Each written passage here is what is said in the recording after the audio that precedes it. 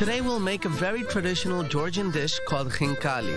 It's a dumpling which is usually filled with meat. But here in the restaurant we also make vegan versions filled with cheese or mushrooms. In Georgia there are non-kosher fillings which usually include a mix of minced beef, pork and lamb.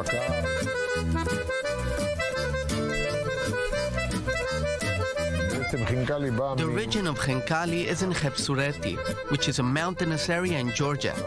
Back in the day, rural Georgian women used to prepare it outside over a low fire.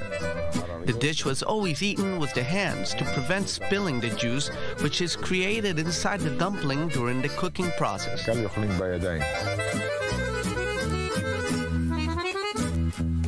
The history of Georgian Jews goes back 2,600 years.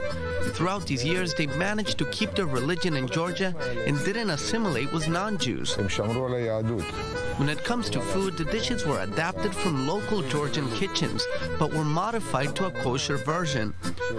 Also, new unique dishes were created by Georgian Jews.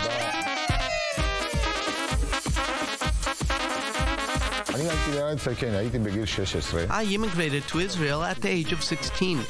Ever since, I've been promoting Georgian culture here in Israel. I started a Georgian TV channel.